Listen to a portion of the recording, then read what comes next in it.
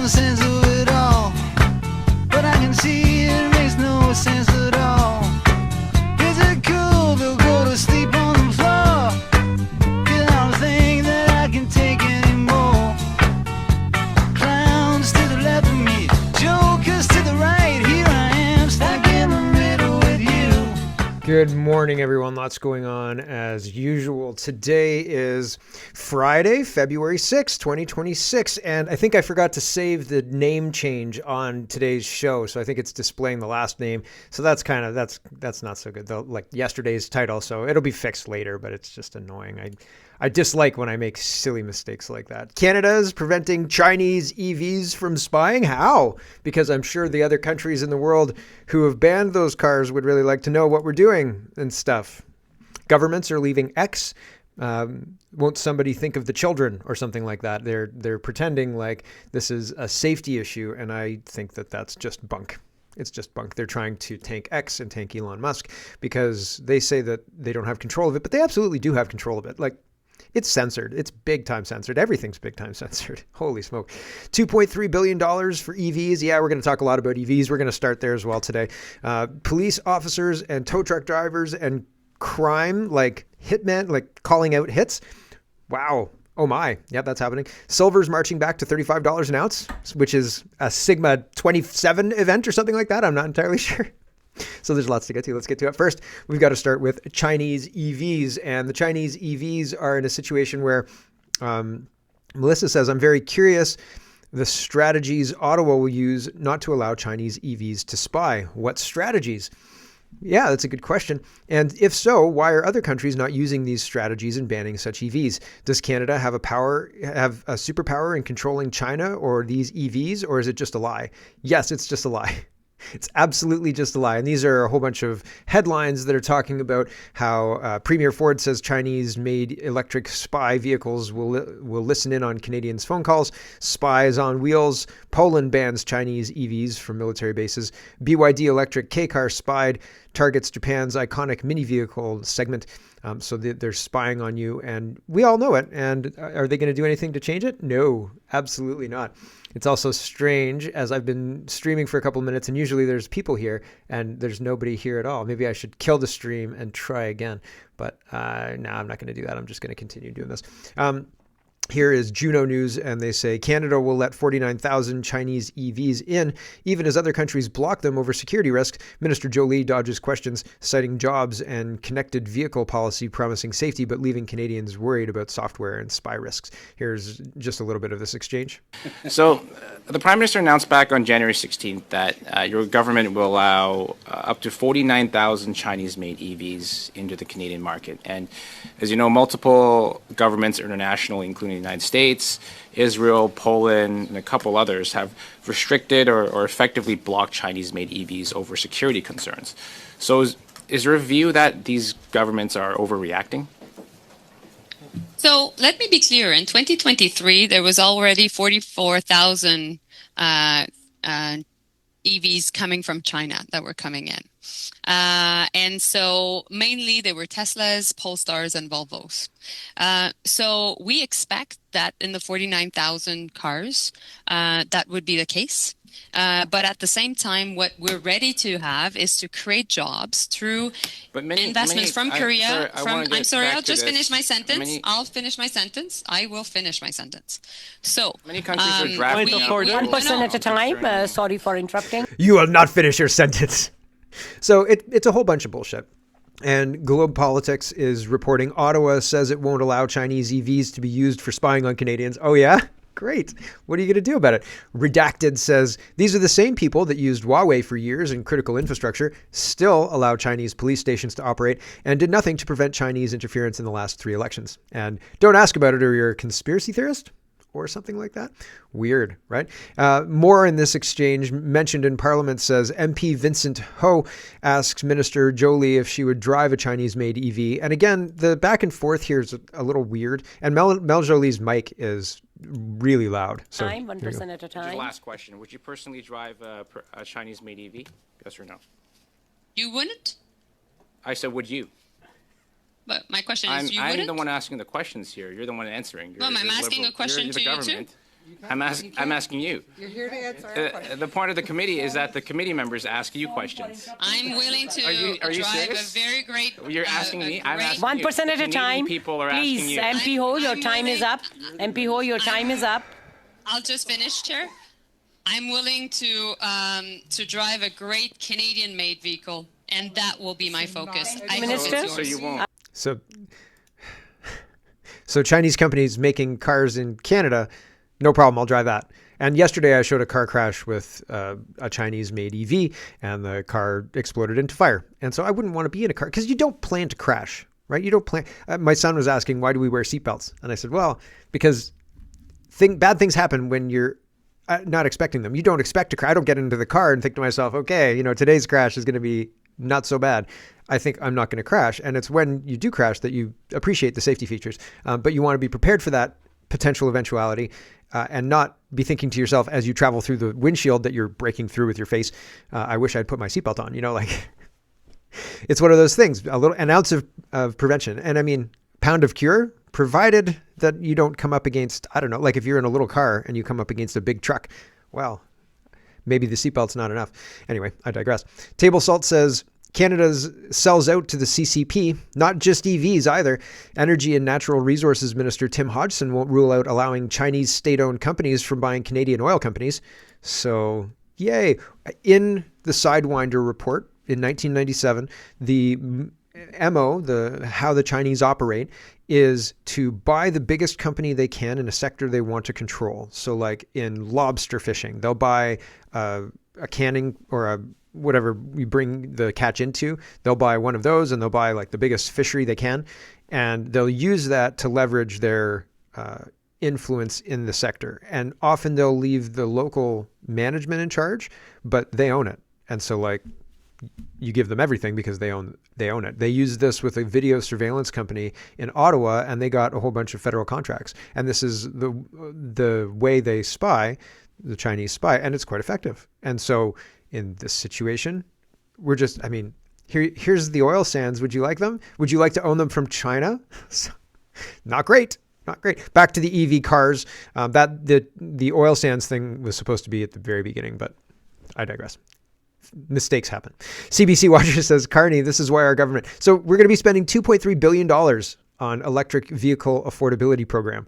And I'll let him say it, I guess, but it's 3 minutes long. It's 3 minutes long. It's too long. I'll just read these quotes because Carney's a terrible speaker anyway.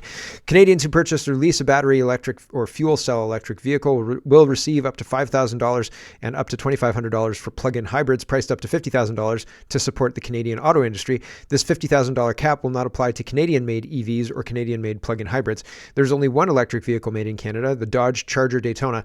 Dodge Charger Daytona electric coupe starts at approximately $55,000 for the RT model, which is the higher performance Scat Pack reaching around, or with the higher performance Scat Pack, why would they call it that? Reaching around $80,000 before fees, or $86,000 on the high end. How much does the whole plan cost, and how is Carney's net zero dream being paid for? This sounds a lot like Trudeau's EV 2.0. Yep, I think that's true. And Ryan says, more taxpayer money subsidizing a market no one wants. This government is forcing Canadians to purchase products they don't want. I'm sick of this crap. Lots of people are using, I saw a couple of people yesterday, 2 different people saying, I'm so glad I'm leaving Canada. Can't come fast enough. Like moving to the United States to, work in the United States somewhere, do something in the United States. Legit, above board, as far as I know. So moving somewhere other than Canada, people are getting excited. And like all the comments were congratulatory. Nobody was like, you traitor, stay and fight. Everybody was like, oh man, yeah, good job. Get out of Dodge. So if you can, the writing's been on the wall for a while. My gosh.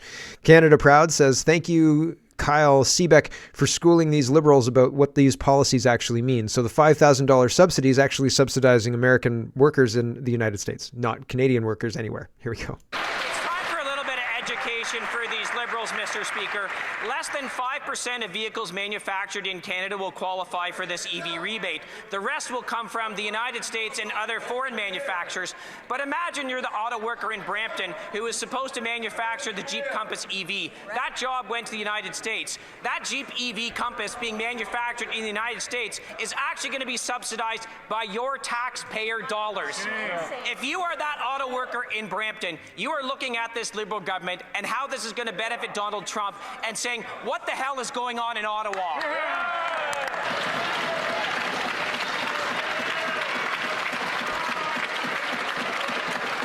Yeah, the response is, I don't think it actually is on this, so, but usually the responses are terrible. Mark Carney says, with Canada's new auto strategy, we'll make Canada a global leader in EV production and unlock massive new opportunities for the Canadian auto industry and Canadian workers. Yeah, but no, I don't think that they're actually going to do any of those things.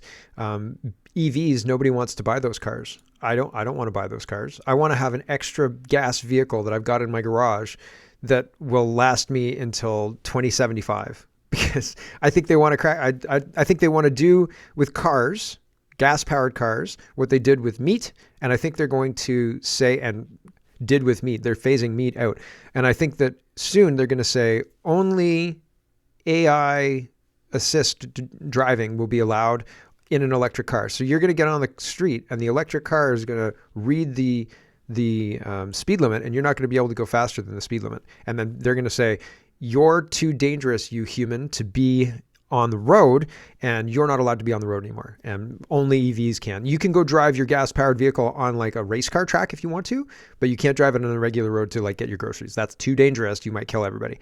And it's the safetyism aspect of things that they're going to try and do this with. And in the context of Trump's tariffs and Trump encouraging American companies by giving them all sorts of benefits, like you can make your own power generation on site. You can make all your factories work together closely, physically close, so you can have all your parts like right across the way, and just like you don't have to truck them across a border or anything like that. You can just drive them across the parking lot, and your own power generation, all sorts of incentives to bring auto manufacturing specifically, but also other manufacturing to the United States, all sorts of deals being done. So what's happening in Canada? Massive losses, right? People are going to the United States. And Table Salt says Canada lost 27,500 manufacturing jobs in 2026. Brian says, as quoting Mark Carney, we're building Canada strong and creating thousands of high-paying jobs. Nope, they are not. They are absolutely not. Heritage TO is highlighting, Integrity Toronto is highlighting this historical plaque being removed from Hudson Bay Company, HBC. And that's it. We're done. We're done, HBC. Canada's done. We're done. I wonder how you get that plaque. I wonder if you could go and get that plaque. Like it's probably in some storage locker somewhere, right? I'd put that up in my living room. Where could I? Hey, Toronto city workers. Where could I find this if it were to fall off a truck? I'm just putting it out there. If anybody gives me any hot tips, that'd be great. Or I'd buy it. I'd give you whatever it's worth. I mean, the metal, they probably have already melted it down is there any copper in there? Any silver? Silver. Don't get me started. Silver's just tanking. Holy smokeronies. We'll talk about that in a few minutes. Holly Doan says meeting Prime Minister Carney NATO commitments would require a $124 billion increase in annual defense spending. Annual, that's like every year. So are we going to do that? No, I don't. I would be surprised if we did. If we did, we might actually have to like buy sleeping bags for our troops and stuff like that. And so it just doesn't seem like the Canadian government is really interested in doing anything that helps our troops in a meaningful way. Here is Stephen Harper, and he's unveiling his picture, his portrait, to hang in the Prime Minister's, wherever the Prime Minister's portraits hang. And Aaron O'Toole says, proud to have served with Stephen Harper and to hear his patriotic speech today on Canadian unity and bipartisan resolve at this global moment. And then Jeremy McKenzie says, you never accomplished anything real in your entire worthless life. So of course you're proud to be a stooge 20 years ago. I would be floored if your IQ is higher than 85. And then O'Toole says, raise that dough yet, Jeremy? You rant a lot, but don't seem to get shit done. I can remember a few books that might help with follow through. And I don't know why he thinks being a condescending douche is a good idea, but it's a weird flex for an elected member of parliament. So, and he's a globalist to boot. Here is this. I've shown exchanges from this same exchange before, but this is a good one that I haven't shown. And she's asking, where are we going to get the money for this now $14 billion for the food, the grocery rebate? And Champagne starts talking and then stops immediately because he knows what he's saying is just to waste time, and he's not answering the question. And so that's weird, right? Like, how is it that our elected MPs can just sit there and waste time and not answer questions? When I speak to people in my riding, they are tired of politics. They want simple answers.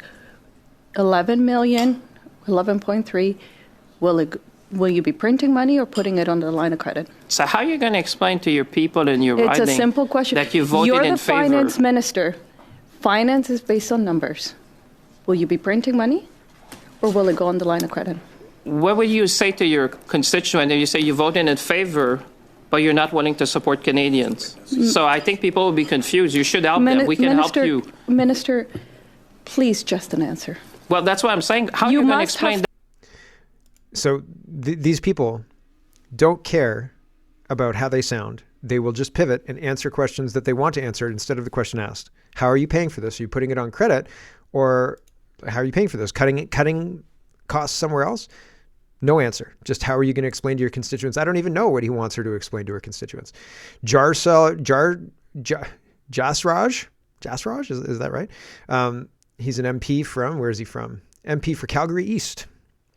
Says the finance minister refuses to answer a simple question. Will his budget bill give Mark Carney the power to bypass conflict of interests rules or to benefit Brookfield? He wouldn't answer. If the answer was no, he would have said. That means Brookfield could benefit from Mark Carney's government with no safeguards, no accountability, undermining Canadian laws. Canadians deserve transparency, not special treatment for liberal insiders. And it's a 5-minute long clip, 4 minutes and 46 seconds. So I'm not going to play it right now, but you can check it out. Link is in the description if you're interested. Mark Nixon is responding to this one. Bill C-15, if approved, same thing, would allow Brookfield to gain contracts without adhering to the Conflict of Interest Act. You read that correctly. Champagne refuses to answer the question. Explosive information. Explosive-ish.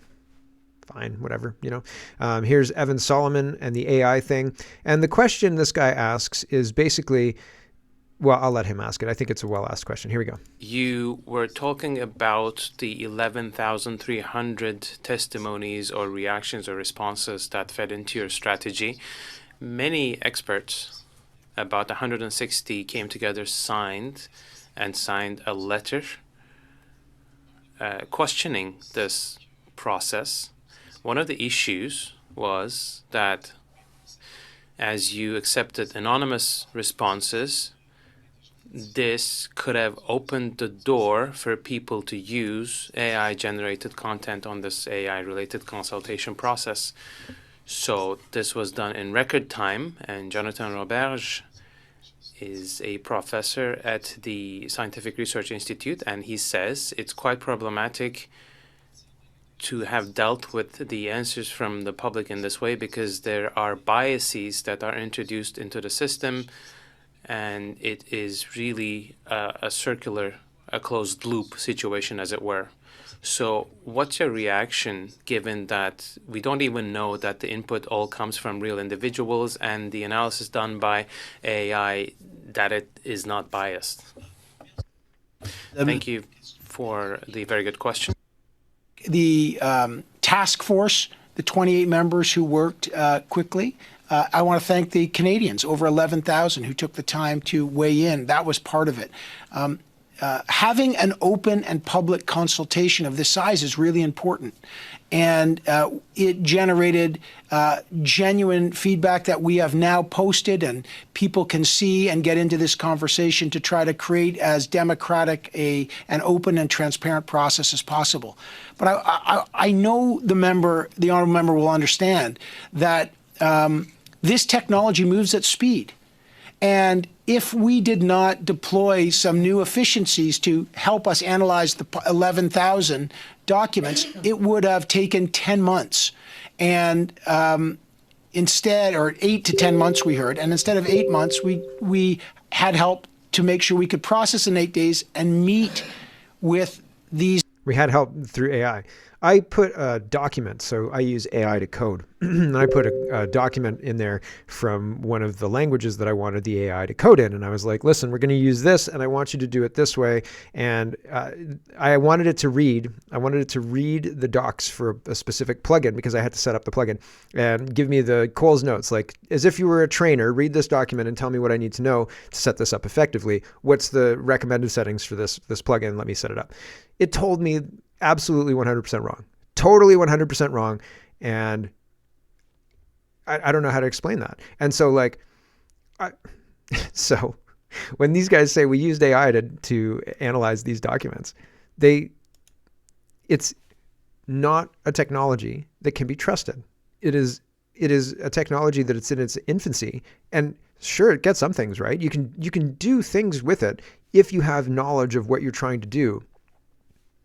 And if you don't, then you'll run into a block that you can't get past.